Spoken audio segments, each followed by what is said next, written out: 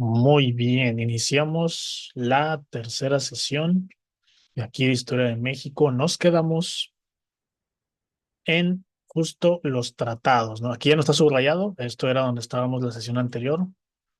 Justo nos quedamos aquí en los tratados Maclean Ocampo y los tratados de Mon Almonte. Mucho cuidado porque esto lo preguntan siempre. Siempre lo van a preguntar de una manera o de otra.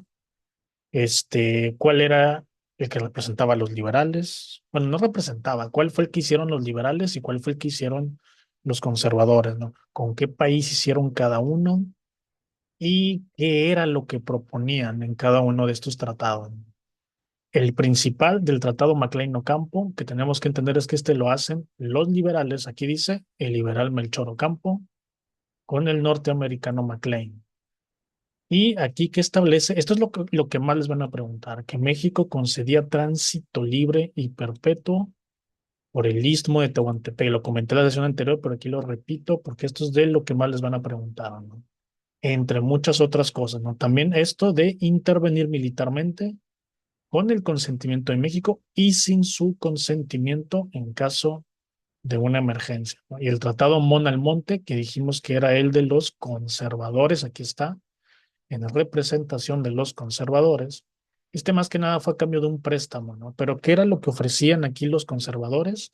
Pues ofrecían más que nada pagar deudas que los gobiernos de estos países estaban reclamando de alguna manera, pagarlas con intereses, pedirles disculpas por incidentes que había habido en el pasado.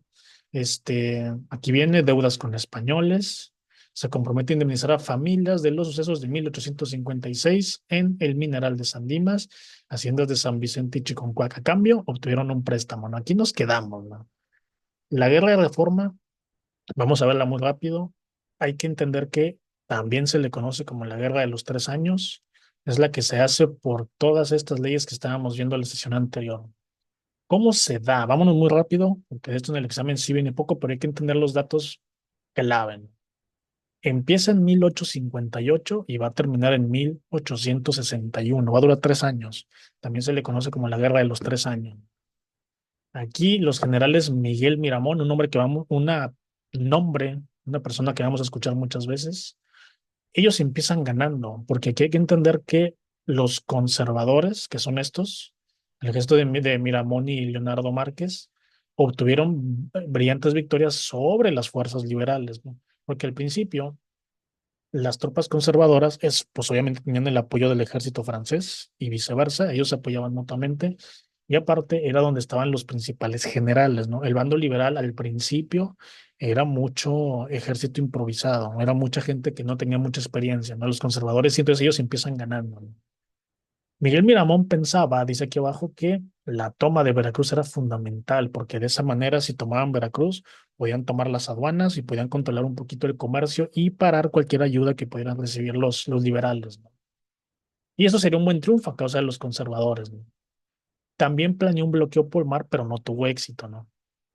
El fracaso del sitio de Veracruz, que es un puerto que ha resistido muchas veces muchas batallas, inclina la balanza en favor de los liberales, ¿no? Y ven aquí más abajo, en San Miguel Calpulpan, las tropas conservadoras dirigidas por Miguel Miramón fueron totalmente derrotadas, ¿no? Lo que tuvo como consecuencia el fin de la guerra de reforma. Está muy resumido, como se están dando cuenta, ¿no? Aquí lo que quiere que entiendan es eso, nada más que estaba intentando tomar el puerto de Veracruz. Este, Jesús González Ortega entra en Guadalajara a principios de 1860 por parte de los liberales y aquí ya es hasta el 22 de diciembre, no viene el año, pero es 1861.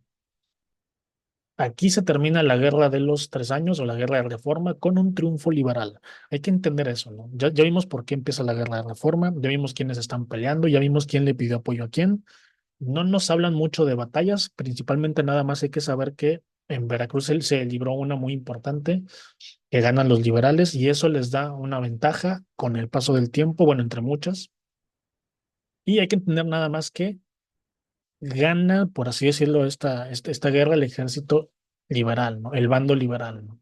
El 1 de enero de 1861, el ejército liberal entró triunfante en la Ciudad de México, ¿no?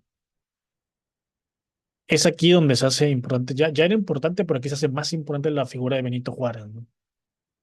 Luego tenemos la segunda intervención francesa. Ya vimos que la primera fue la Guerra de los Pasteles, ¿no? Aquí tenemos la segunda. Una vez que los liberales triunfaron en la Guerra de Reforma, declaró, Benito Juárez es electo presidente constitucional. Hay que entender aquí una cosa que ahorita no mencioné. Eh, Esta Guerra de Reforma hubo dos presidentes, ya lo había mencionado, ¿no? Que fue este Félix María Zuluaga y también tenemos a Benito Juárez, ¿no? Uno por parte de un bando y otro del otro, ¿no? Al ganar, obviamente, la guerra a los liberales, se considera a Benito Juárez ya como ahora sí el presidente oficial, ¿no? Y aquí tenemos un detalle que es lo que va a propiciar otro incidente que vamos a ver. Fueron 3 años de guerra, fueron 3 años completos de guerra y al terminar la guerra, pues Benito Juárez se da cuenta que no hay dinero en las arcas nacionales porque pues hacer una guerra es muy complicado y cuesta mucho dinero. Y el Congreso decreta a mediados de ese año, en junio de ese mismo año, la suspensión de pago de la deuda pública por 2 años. La deuda más grande era con Inglaterra, pero Inglaterra, Francia y España se alían, hacen alianza tripartita y se reúnen en Londres. Hacen una cosa que se llaman los tratados de Londres, ¿no? Eso también el examen va a venir, ¿no? Va a venir el Tratado, Convención de Londres, y luego van a estar los Tratados de la Soledad. A veces se confunden mucho estos dos, ¿no? El Tratado de Londres, acuérdense, es cuando Inglaterra, Francia y España se reúnen para lo que está ahí subrayado, ¿no? Para que acuerdan que van a actuar juntos para cobrar los adeudos. Como diciendo, oye, pues está bien que hayas estado en guerra, pero a mí me tienes que seguir pagando, ¿no? Me estás anunciando que no vas a pagar, pues es como el cobrador de Coppel o de Electra que dice, no me pagas, pues voy a cobrarte a la puerta de tu casa, no lo mismo, ¿no? Entonces, estos tres países van a venir aquí al puerto de Veracruz, pero no van a venir planeando una guerra como tal, vienen a cobrar nada más. En caso de que México quiera seguir con esta idea de no pagar, entonces tal vez vaya a haber una intervención, ¿no? Y en diciembre de ese mismo año, y empezando el año siguiente, 1862, los tres aliados, los tres países, acuérdense, Inglaterra, Francia y España, desembarcan en Veracruz. Y aquí es donde se hacen los tratados de la soledad, que es cuando dicen, bueno, ya, tú comprométete a pagar y yo me voy. Nada más que no me gusta que me digas, pues como a todos, ¿no? Que no nos van a pagar, ¿no?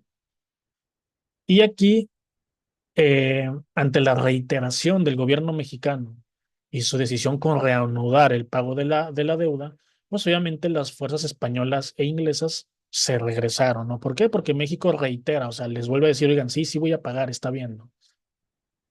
Nada más que hay un detalle. Las fuerzas francesas esas tenían el apoyo de los conservadores, ¿no? Esos mismos conservadores que habían perdido la guerra de reforma, pues obviamente no se iban a quedar cruzados de brazos y dijeron, preferimos que intervenga otro país a que vengan y nos gobiernen estos liberales con sus ideas y sus leyes todas satánicas en contra de la iglesia, ¿no? No nos gusta, ¿no? Entonces ellos estaban dispuestos a que viniera otro país, que hubiera una intervención, que hubiera otra monarquía, que perdiéramos soberanía, no importa, pero que no nos gobiernen estos, ¿no? Fíjense, eso no cambia, ¿eh? Fíjense lo que es el fanatismo y la división. Francia ya tenía conocimiento de que estos conservadores que los estaban apoyando, pues también no nada más los apoyaban de manera ideológica, los apoyaban también con armas, con ejército, con información, con todo. Entonces ellos avanzan de Córdoba a Veracruz a Orizaba, ¿no? Iniciándose así el conflicto armado entre México y Francia, conocido como la Segunda Intervención Francesa. Nos recuerdan aquí la batalla del 5 de mayo, ¿no? Esa batalla que gana Ignacio Zaragoza, que festejamos todos los días, pero hay un detalle. Esa batalla que se pelea el 5 de mayo de 1862, aunque México la gana, porque se considera una batalla muy importante porque México, a pesar de que tenía unos problemas de división de su gente, ideológica, el ejército no estaba muy bien armado, muy bien preparado, ni muy bien pertrechado. Y en esta época, el ejército francés es uno de los mejores, de los más prestigiosos del mundo. Entonces, haberle ganado, pues obviamente es porque pelean en territorio nacional, ¿no? O sea, los mexicanos están peleando en su territorio, pero como quiera es un mérito muy grande, ¿no? Se le gana a Francia en esa batalla, que es la que celebramos, ¿no? Pero aún así, los franceses no se fueron a su país, ¿no? Francia simplemente se replegó ahí mismo en Veracruz y después de un año volvieron a tomar la lucha y ahora sí van a tomar Puebla un año después, el 17 de mayo, y van a llegar a la capital, ¿no? El 10 de junio, o sea, muy rápido, ¿no? Pero esto fue el año siguiente. Estuvieron un año ahí en Veracruz reuniendo fuerzas hasta que vuelven a atacar, ¿no? La caída de México en manos de Francia se tiene que entender porque hay una palabra aquí que ya conocemos, ¿eh? Esta que está aquí, esta palabra ya la conocemos, ya la hemos visto muchas veces, el imperialismo. El imperialismo. Acuérdense que estamos en los 1800, ¿no? Y aquí tenemos un personaje con un nombre que sí conocemos, ¿no? Pero dice Napoleón III. Napoleón III no es nieto de Napoleón. Mi hijo es un sobrino. Es un sobrino de Napoleón, pero pues se va a poner ese nombre porque pues de esa manera la gente lo va a ubicar mejor. Él también se proclama emperador muchos años después. Acuérdense que Napoleón es despuesito de la Revolución Francesa, principios de 1800 hasta 1815, ¿no? Él es un sobrino que después de varios años ahí ya anda también queriendo el mismo objetivo imperialista y capitalista, ¿no? El mismo de su tío Napoleón, que era invadir todo lo que se pudiera y ampliar obviamente los territorios, tener más recursos, hacer alianzas. Él también quería lo mismo. Él quería establecer un dominio sobre América que no tenía. Entonces aquí, y hay una cosa que está ahí subrayada en verde, hay un detalle también muy importante. ¿Se acuerdan que también cuando vimos en Historia Universal que mencionaban la guerra de secesión y mucha gente me decía, ¿y eso qué tiene que ver con todo lo demás? Dice aquí, Estados Unidos se vieron envueltos en la guerra de secesión, que es la guerra civil estadounidense, también le dicen así, el norte contra el sur. Y como Estados Unidos está ocupado en esta guerra, está ocupado resolviendo sus asuntos, no intervienen en esta invasión, porque es una invasión, hay que decirlo. Y aquí hay una palabra que está ahí, bueno, no palabra, hay un concepto que está ahí subrayado en rosa, que dice la doctrina Monroe. La mencioné muy rápido hace unas sesiones, pero aquí lo voy a explicar un poquito más a detalle, ¿no? Esa doctrina Monroe, expliqué también el destino manifiesto, que también era una doctrina. Los estadounidenses son personas muy religiosas. Ellos también tienen la religión católica como parte fundamental de su gobierno. Una vez que se independizan de la corona británica, primero dicen el destino manifiesto. Eso quiere decir lo que mencioné hace poco, hace unas sesiones, que tenemos derecho de ocupar e invadir lo que necesitemos porque pues Dios así lo quiso, no es una doctrina, el destino manifiesto, ¿no? Y la doctrina Monroe se llama así porque es algo que dice ahí lo que está entre comillas, América para los americanos. Es como si Estados Unidos dijera, oye, a los europeos, ¿no? Sabiendo Estados Unidos que la corona británica quiere seguir invadiendo lo que se pueda, y Francia también, y Holanda también, y por ahí Bélgica también, y muchos países, Estados Unidos es como si dijera, a ver, ¿sabes qué? México es mi hermanito que está menso, pero es mi hermanito, ¿no? Tú no le puedes pegar, yo le puedo pegar nada más, ¿no? Tú no lo puedes ahí como que maltratar, eso lo hago yo nada más. Básicamente eso, en palabras simples, es la doctrina Monroe, ¿no? América para los americanos. Si alguien va a aprovecharse de México porque es un país que no sabe gobernarse, eso lo voy a hacer yo. Ustedes allá háganse garras en Europa, en Asia y en África. Yo aquí América para los americanos nada más. Pero como Estados Unidos está ocupado en su guerra, por eso dice ahí, no podía aplicarse esa doctrina Monroe. ¿Por qué? Porque no es que no se pudiera, es que Estados Unidos estaba ocupado resolviendo asuntos entre sus propias personas, entre el norte, los estados del norte, los estados de la Unión y los estados confederados del sur. Y aparte de esto, las tropas francesas contaban con el apoyo, como ahorita mencioné, de los conservadores, ¿no? O sea que esto es un cóctel. Se alinearon los planetas a favor de Francia porque decían, mira qué coincidencia, ¿no? Estados Unidos está ocupado en una guerra. Este país no sabe, no han aprendido cómo gobernarse. Estos conservadores que perdieron están dispuestos a darnos a nosotros el poder con tal de que no gobiernen los liberales. Pues vamos a darles lo que quieran, ¿no? Básicamente, así está el asunto. Y aquí empieza el segundo imperio mexicano. Acuérdense que nada más va a haber dos imperios mexicanos. El primero fue el de Agustín de Iturbide, despuesito de la independencia, que fue el que quitaron con el plan de Casamata. Y el segundo imperio mexicano es un nombre que ya hemos escuchado muchas veces, que es Maximiliano de Habsburgo. Ahorita vamos a ver cómo fue que ese señor de Austria, que no tiene nada que ver con Francia, bueno, en esta época sí tiene mucho que ver, más que nada en cuestión de dinastías, pero uno pensaría que no tiene nada que ver Austria con Francia, ¿no? Bueno, dice aquí, los conservadores vieron la oportunidad de reactivar su viejo proyecto de instaurar una monarquía, ¿no? Porque ellos dijeron lo que sea. ¿Por qué los conservadores querían monarquía? No es que fueran tontos. Una monarquía es volver al pasado, es volver a las épocas medievales, ¿no? Y aquí ya estamos en los 1800, pero hay un detalle. Una monarquía se apoya mucho en la iglesia. Y los conservadores de esta época están apegados a las doctrinas de la iglesia, están apegados a todo esto. Y estas leyes de reforma que le quitaban poder a la iglesia no les gustaban.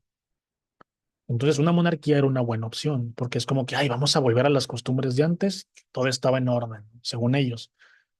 Y con esto también recuperaban el poder y eliminaban esas mugrosas leyes del diablo que habían puesto esos cochinos liberales, según ellos, ¿no? Entonces, aquí se intenta crear un nuevo Congreso, no se logra hacer, pero se intenta crear, y se llama así, es la Asamblea de Notables o también la Junta de Notables, que está integrado obviamente por los conservadores, que ya al Francia haber llegado a la Ciudad de México y haber ya conquistado, por así decirlo, al menos la zona central de México, pero los conservadores están con ellos, pues ahora ellos son los que van a tener el poder, al menos ahí en la capital, ¿no? Y tenemos ahí a Juan Nepomuceno Almonte, sí, el mismo que hace rato estábamos hablando de él, es este mismo Almonte, aquí está, Juan Nepomuceno Almonte, el que firmó los tratados Mon Almonte, pues obviamente, ¿quién más? El que les dijo, miren, a mí denme dinero y yo les doy lo que quieran, pues ahora él es el que está ahí integrando esta asamblea o junta de notables, ¿no? Entre muchos otros, pero principalmente Juan Nepomuceno Almonte, ¿no? La regencia, que es esta junta, prepara el camino para establecer un imperio. Napoleón III propone como candidato al archiduque Fernando Maximiliano de Habsburgo. Por eso tuvimos a un emperador austriaco, ¿no? Esta es la razón. El 10 de abril de 1864 se hacen los tratados de Miramar, que esto también en el examen lo van a preguntar, ¿eh? No quiero decir que todo esto de acá arriba no, todo esto es importante, pero esto sí lo preguntan en muchas versiones, que es, ¿qué son los tratados de Miramar? No tanto la fecha en que se proclaman, pero ¿qué son? ¿Con quién están relacionados? Los tratados de Miramar es cuando el emperador Napoleón III le va a dar todo su apoyo e inversión de capital a Maximiliano de Habsburgo. O sea, tú no eres de la corona francesa, pero yo te voy a poner aquí porque me conviene y aparte me conviene tener una alianza contigo.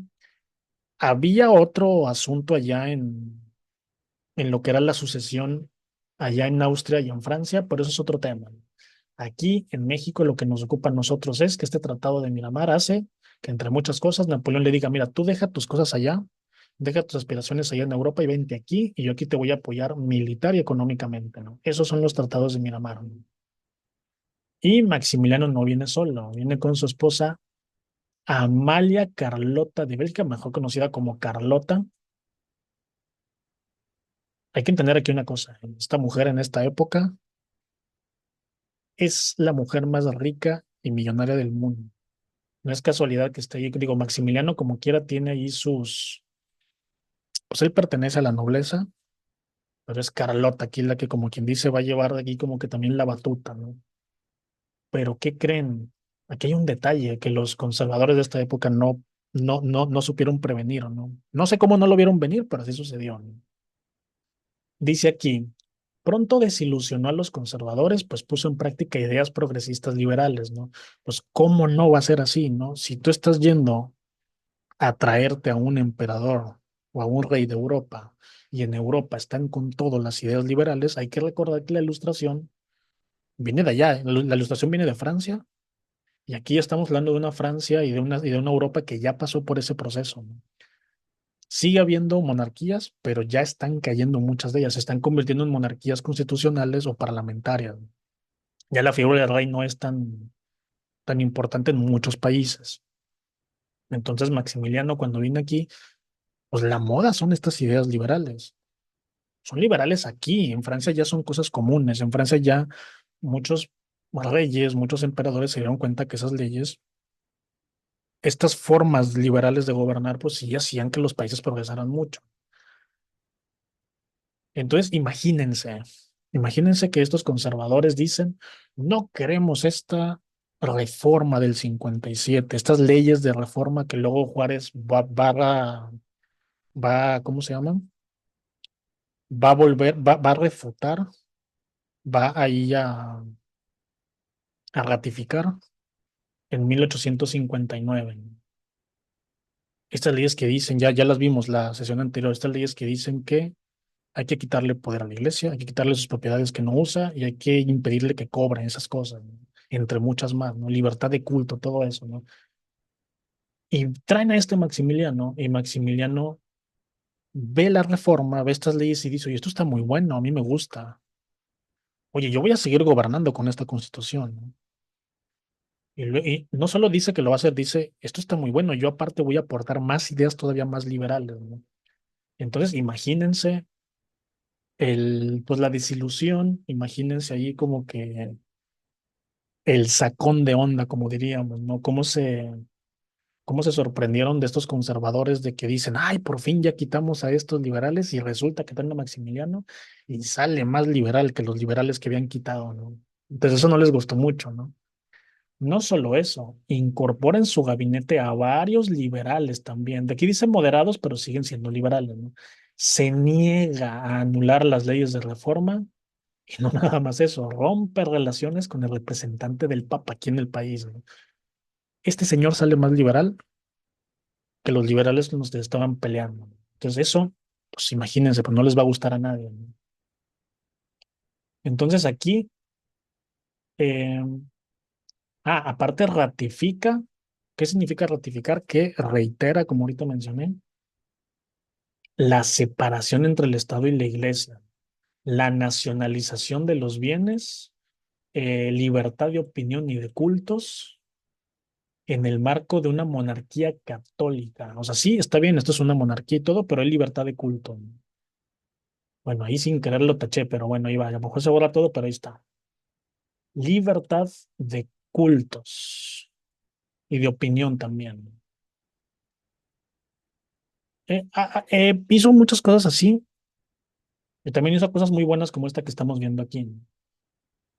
Restringir las horas de trabajo, es algo que le debemos en parte a Maximiliano, y también el abolir el trabajo de los menores, que en esta época era totalmente legal, ¿no? Si tú podías cargar cosas, te ibas a trabajar aunque tuvieras 7, 8 añitos, ¿no? O menos, ¿no?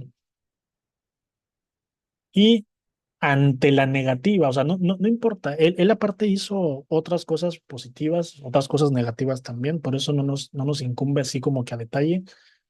Hay que entender que hay que ver aquí cosas que les gustaron a los conservadores, cosas que no.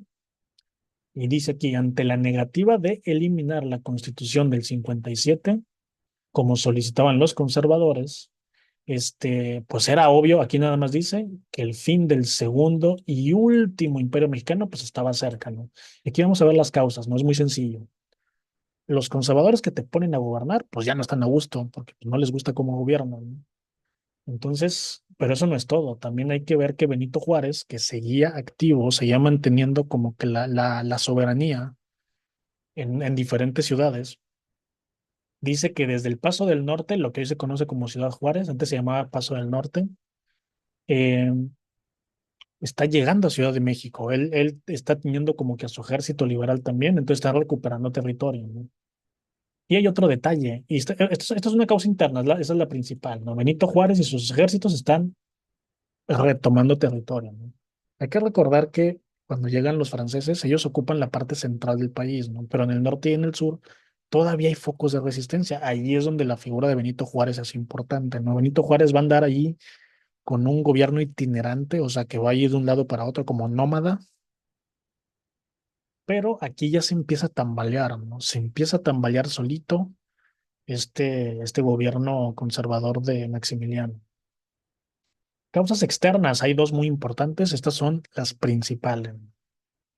Interna, ya vimos, Benito Juárez está tomando, poco a poco está recuperando territorio, pero las externas son muy importantes. Dice, retiro de las tropas francesas por el llamado de Napoleón para combatir en Alemania. En esta época se estaban peleando la guerra franco-prusiana, ¿no? Que ahorita no nos incumbe, pero era una guerra que estaban peleando los franceses contra el imperio prusiano, que es Alemania. Por eso dice ahí en Alemania, pero es la guerra franco-prusiana. O sea que Francia tiene que, así como Estados Unidos estaba ocupado, Francia también resulta que también ya tiene aquí unos problemas en su territorio allá en Europa, porque parece que les quieren ganar el mandado allá. Y eso que está ahí también, se acaba la guerra de secesión estadounidense, la guerra civil, esta guerra que había tenido Estados Unidos ocupado. Estados Unidos dice, ya terminé, ganamos los del norte, ganó Abraham Lincoln. ¿Y qué creen? Pues ya tenemos las manos libres para hacer lo que queramos. Entonces, como que Estados Unidos se acuerda y dice, ah, sí, México, está Francia aquí, está aquí molestando a mi hermanito menor. No, espérate, como les dije ahorita, ¿no? A ese nomás lo sapeo yo, a ese nomás lo maltrato yo, ahí les voy, ¿no? Entonces Estados Unidos pues les pide de buena manera a Francia que se retiren, porque pues ahora sí están aplicando esta doctrina Monroe, esta doctrina que dice, América para los americanos. Mi hijo andaba ocupado y te di chance, pero mira, tienes que ir porque si no, voy a intervenir con todo. Con... Y también hay en Europa, ¿eh? Una de esas me puedo hallar con algún enemigo tuyo allá y esto a Francia no le convenía de ninguna manera, ¿no? Entonces ya vimos todas esas causas, ¿no? Las tropas liberales reconquistan el país en 1866. Maximiliano emprende una campaña militar con el poquito ejército que le quedaba, porque la mayoría pues, se tuvo que ir a la guerra franco-prusiana, y fue derrotado entre febrero y mayo de 1867, empezando el año siguiente en Querétaro. Eso también apúntenlo porque a veces también nos pregunta esto que está ahí en rosa. Maximiliano de Habsburgo, Miguel Miramón y Tomás Mejía fueron fusilados el 19 de junio de 1867. Y ese Miramón y Mejía, ¿quién eran? Miramón era un militar y Mejía era también un militar y era un diplomático conservadores también, que lo estuvieron apoyando en todo momento. Y se les fusila porque se les considera traidores. Ellos fueron parte importante de estas personas que le dieron un cheque en blanco a los franceses para que vinieran aquí a invadir, ¿no? Para que vinieran aquí a ocupar el territorio nacional. Entonces les fusila a todos juntos, ¿no? En el Cerro de las Campanas, ¿no? Díaz obtuvo la rendición de la capital. Este Díaz sí es el Díaz que están pensando, es don Porfirio, ¿no? Aquí, don Porfirio es un militar que está ganando batallas muy importantes. También estuvo en la batalla de Puebla, en la que se perdió y en la que se ganó. Ahí estuvo él en las dos, entre muchas más. Obtiene la rendición de la capital. Y de esta manera Benito Juárez entra el 15 de julio de ese mismo año, 1867, ¿no? A esta etapa, aquí va a empezar una etapa nueva que se llama República Restaurada. Después de tan, ya cuántas guerras, ya cuántos tratados, cuántos personajes, cuántas deposiciones de presidente, líder, emperador, rey, todo hemos tenido, ¿no? Y miren apenas qué año es, ¿eh? De 1867 a 1876 se le va a llamar a este periodo la República Restaurada. Es aquí cuando Benito Juárez ya va a tener tranquilidad, entre comillas. Los liberales ya, fíjense, primero pelearon la guerra de Reforma y ahora están peleando contra los franceses, ya ganaron las dos. Benito Juárez salió de buena manera de las dos. Y si bien los diferentes grupos de liberales coinciden en un proyecto general de acuerdo a la Constitución y con las leyes de reforma, no siempre se pusieron de acuerdo en su implementación, o sea, divididos como siempre, ¿no? Y aquí esto es muy sencillo, vamos a verlo nada más muy rápido. Aquí se forman tres grupos. Los lerdistas, ya vimos de Lerdo de Tejada, los porfiristas que apoyan a don Porfirio, que aquí es una figura muy importante, y juaristas ya vimos, Benito Juárez, porque él ya demostró que él puede mantener la soberanía del país en una guerra y en otra, ¿no? Entonces se forman estos tres grupos para ver quién va a ser el nuevo presidente, obviamente, ¿no? Entonces aquí Benito Juárez ya era de alguna manera presidente porque ya llevaba rato manteniendo la soberanía del país, pero aquí se reelige, pero la gente, bueno, no la gente, en un partido ya estaba apoyando a Lerdo. Aquí Lerdo y Juárez son liberales. Y al principio don Porfirio va a ser conservador, pero pues luego va a cambiar de bando muchas veces, ¿no? Bueno, no muchas veces, dos, pero se va a hacer dictador. Aquí se reelige Benito Juárez y aquí ocurre algo muy extraño, que también es muy irónico. Esto provoca una división en el Partido Liberal. Vamos a ver cómo ahorita esto va a crear unos planes, pero antes de eso vamos a ver una cosa, ¿no? Juárez se reelige y durante este periodo que se conoce como la República Restaurada, entre muchas cosas, aquí vemos que hubo gobiernos de Juárez y de Lerdo de 1867 a 1872, ¿no? Esto apúntenlo, es muy importante. El positivismo ya vimos, ya lo vimos en Historia Universal, ya vimos qué es. Si no, busquen ahí en las sesiones anteriores, busquen ahí en los videos. Si no me equivoco, debe estar en Historia Universal. En la parte, ahí está en la descripción de los videos. Si ustedes se meten a cualquier video y ven la descripción, ahí viene más o menos de qué tema se habla en cada uno. Aquí nada más vamos a ver quién trajo este positivismo a México. El positivismo que lo hizo este Auguste Comte en Francia, aquí lo trae Gabino Barreda. Gabino Barreda. Y él también tenemos aquí que él hace la escuela preparatoria, la Escuela Nacional Preparatoria. De una vez ahí vamos a meter este positivismo, que ya vimos lo que es, ¿no? Es una corriente filosófica en la que yo me voy a apoyar de otras ciencias para estudiar todas las demás, ¿no? Por ejemplo, historia. ¿Cómo le hago para estudiar historia? Ah, bueno, pues tengo que apoyarme de las demás ciencias, ¿no? Geografía, psicología, economía, política, ¿no? Entonces, y esta corriente es una corriente filosófica que es la que van a inyectar aquí a México, ¿no? Y la trae Gabino Barreda, como dijimos, ¿no? Y aquí vemos lo que les decía ahorita. Sumado a ello, el presidente inició impopulares reformas con el objetivo de acumular en sus manos un mayor poder ejecutivo. Ya ven lo que pasa siempre, ¿no? Cuando alguien llega al poder, hasta la fecha sigue pasando, como que se vuelve loco, allí algo pasa y quieren acumular más poder, ¿no? Porque no quieren oposición, ¿no? ¿Qué presidente? Juárez, obviamente. Aquí estamos hablando de Benito Juárez, ¿no? Y aquí es donde les comento que Porfirio Díaz se va a pasar a la oposición. Y aquí don Porfirio va a hacer algo. Esto también es pregunta de examen siempre. Siempre les van a preguntar por un plano o por otro. Vamos a ver el plan de la Noria, porque aquí Benito Juárez se va a volver a reelegir. Miren, aquí viene.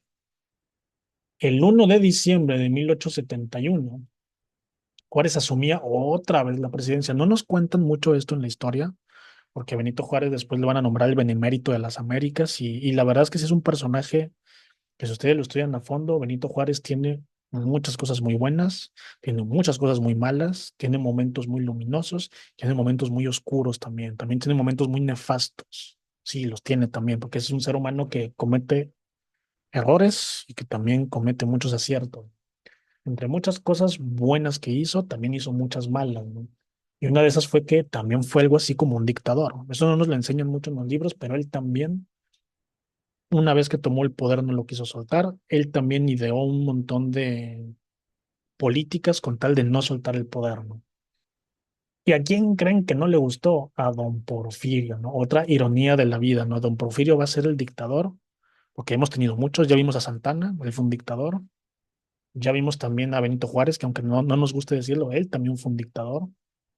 Dictador no quiere decir algo malo, ¿eh? Dictador no quiere decir que seas alguien déspota o alguien malvado. Dictador quiere decir que tú te pones por encima de las leyes, que las leyes de ese momento a ti no te afectan y la ley que te molesta la quitas y se hace lo que tú digas, se hace lo que tú dictes. Por eso se les llama dictadores, ¿no?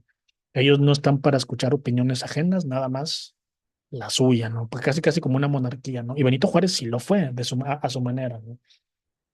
Y don Porfirio aquí dice, óyeme, no, eso de la reelección a mí no me gusta, ¿no? Claro, él después se va a reelegir un montón de veces, ¿no? Pero ya saben cómo es México, ya saben cómo somos aquí, ¿no? Entonces, don Porfirio va a hacer una cosa que se llama el plan de la Noria. Sí, otro plan. Y ahorita vamos a ver otro que va junto con este. El plan de la Noria fue contra la reelección de don Benito, de Benito Juárez. Sin embargo, este levantamiento va a fracasar. Entre muchas otras cosas, pues también Benito Juárez muere ese mismo año en 1872. Muerte de Benito Juárez, ¿no? Pues yo me estoy peleando, estoy haciendo este plan, pues para que este señor no se reelija, ¿no? Y al fallecer hay un detalle. Don Benito fallece y pues va a quedar como vicepresidente, pues su segundo al mando, que en este caso es Lerdo de Tejada. Entonces, pues aquí ya don Porfirio no puede hacer nada porque dice, pues es que no es una reelección ya como tal, ¿no? Va a quedar otra persona o así lo manejaron en ese entonces. Entonces, aquí este plan de la Noria es contra don Benito, pero este plan no va a llegar a ningún lado. Apúntenlo, ténganlo ahí muy claro. Va a haber otro plan, nada más es otro, ¿eh? Bueno, de este tema ahorita vamos a ver muchos más, ¿no? Cuando don Benito fallece, lo declaran benemérito de la patria y de las Américas. Esto también hay que tenerlo ahí en cuenta, ¿no? Así se le conoce, ¿no? El benemérito de las Américas, ¿no? Ya está, Lerdo de Tejada es presidente, no hay nada que hacer. Llega una nueva elección en 1876 y ¿qué creen? Que nuestro compadre Sebastián Lerdo de Tejada también se va a reelegir. Y aquí don Porfirio dice, oye, pues qué moda traen esto, ¿no? Entonces a don Porfirio esto también no le va a gustar y va a ser el plan de Tuxtepec, igualito que el plan de la Noria, nada más que este va contra Lerdo de Tejada.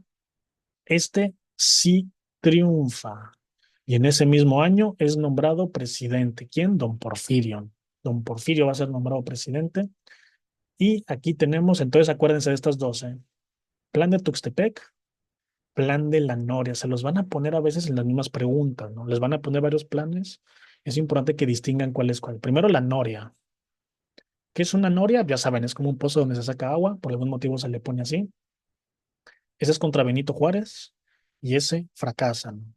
Plan de Tuxtepec, este es el bueno. Este es contra Sebastián Lerdo de Tejada también. Ambos son contra una reelección, primero contra don Benito, ahora contra Lerdo de Tejada. Este sí va a triunfar y en ese mismo año don Porfirio va a ser electo presidente y la ironía de todo esto es que fíjense, don Porfirio, que en esta época era un héroe, para mucha gente lo sigue siendo, pero hay que decir que también fue un héroe muy extraño, que también tiene muchos matices y son muchas cosas muy positivas por el país, pero otras también asquerosamente nefastas. Cada quien lo ve como lo quiera ver. Pero la ironía es que este señor estuvo peleando, primero peleó por el país, peleó en batalla por el país muchas veces, entonces eso hizo que fuera muy popular. Como les dije, este señor y Antonio López de Santana tienen muchas cosas en común. Y está peleando también contra estos gobernantes que se quieren mantener en el poder, ¿no? Como diciendo, no me gusta que la gente gobierne así, ¿no? Que una vez que ganen, se vuelvan locos y no quieran soltar el poder. Adivinen qué va a pasar con don Porfirio, ya todos lo sabemos. Va a ganar, va a ser electo presidente y no va a querer soltar el país. Y don Porfirio, se lo vamos a ver ahorita en el siguiente video. Don Porfirio va a durar más de 30 años en el poder. Es hasta la fecha el gobernante, el dictador que más tiempo. Don Benito estuvo 16 años, ¿eh? Que no es poca cosa, ¿no? Santana también fue un dictador, pero Santana no estuvo tanto tiempo, porque Santana siempre, cuando era electo presidente o líder o lo que fuera, él duraba muy poco. Se iba a la guerra, iba a pelear con alguien y luego lo destituían y luego la gente lo volvió a elegir. Pero en total Santana dura 6 añitos, ¿eh? 6 años nada más en total. Fueron muchos años, pero ya en tiempo así íntegro no fueron más de 6 años, lo que dura Antonio López de Santana. Benito dura 16 y don Porfirio va a tener una etapa muy extraña y muy oscura de la historia de México.